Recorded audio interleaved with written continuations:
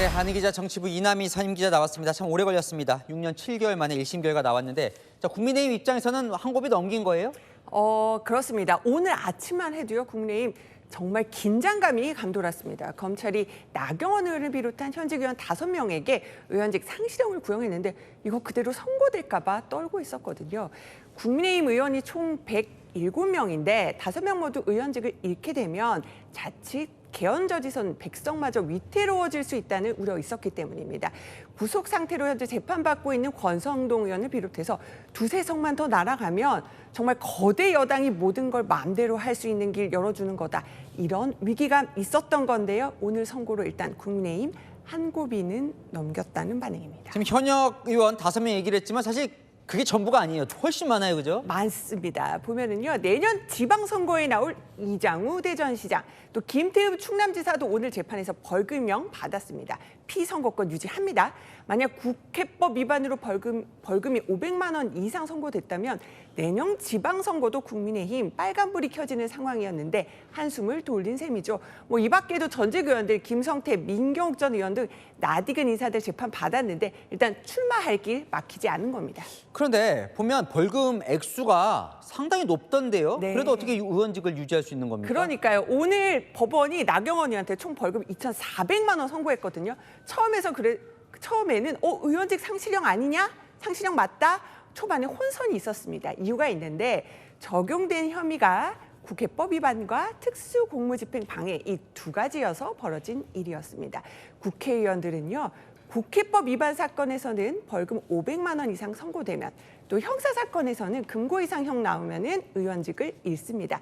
그런데 오늘 전현직 의원들이 국회법 위반 사건은 최대 400만 원 벌금이 나왔고요. 또 특수공무집행 방해에서도 금고형 아래 벌금형 나와서 의원직 상실 피할 수 있었던 겁니다. 그런데요, 이거 진짜 재판이 너무 오래 걸렸어요? 여기에 대해서 판사가 좀 뭐라고 해명을 했습니까? 그렇습니다. 이 사건이요.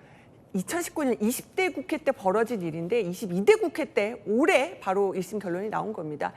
보면 의원들이요. 2주에 한 번 잦은 재판 출석 때문에 정말 의정 활동도 어려움 겪었다. 이런 불만 적지 않았습니다.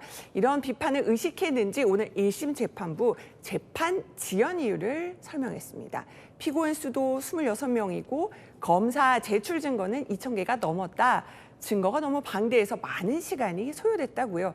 사실 근데 재판 과정에서 일부 피고인들이 나오지 않거나 또 기일 변경 신청해서 재판 더 지연되기도 했었습니다. 이 모든 걸 놓고 지연된 정의는 정의가 아니다. 이런 비판도 나오고 있습니다. 네, 오늘은 이제 국민의힘 의원들이었고 예전 자유한국당, 민주당 의원 관련 재판도 지금 남아 있는 거죠. 맞습니다. 사실 민주당에서도요. 이번 선고 결과를 아주 주목하고 있었습니다. 자, 2019년 당시 화면 보시면요. 자유한국당 당시 의원들이 막아서니까 민주당 의원들이 법안 제출한다 이러면서 몸싸움 벌이는 모습들 저희가 볼 수 있었는데요. 박범계, 박주민 의원 등 민주당 소속 10명도 지금 공동폭행 혐의로 기소된 상태입니다. 결심 공판이 앞으로 8일 뒤에 열리는데요. 유사한 사건이다 보니까 오늘 결과가 또 영향을 미칠 수 있다는 겁니다. 법조계 관계자들 취재 보니까요. 민주당 의원들이 국민의힘보다 형이 더 세게 나오긴 어렵다. 금고형 아래로 나와서 아마 살 것이다. 이런 반응이었습니다. 국민의힘 입장에서는 한 곱이 넘겼다지만 또 긴장하는 게 있다면서요? 더 큰 긴장하는 게 남아 있습니다. 일주일 뒤에 국회에서는 계엄해제 표결 방해 혐의를 받는 추경호 의원의 체포동의안 표결이 남아 있습니다. 국민의힘에겐 2번째 위기일 수 있는데요. 당 내부에서는 추 의원 영장실질심사 또 계엄 1주년 맞춰 진행되는 것 아니냐 이런 우려까지 나오더라고요.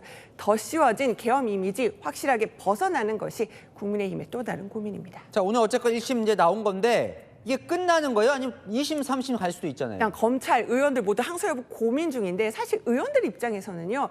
유죄인 건 불만인데 어쨌든 의원직 상실은 피했고 또 이 긴 재판을 또 해야 하나 싶은 고민도 있거든요. 이런 가운데 이준석 개혁신당 대표가 이렇게 꼬집었습니다. 검찰이 항소하는지 항소 자제하는지 보면은 선명한 비교가 될 거라고요.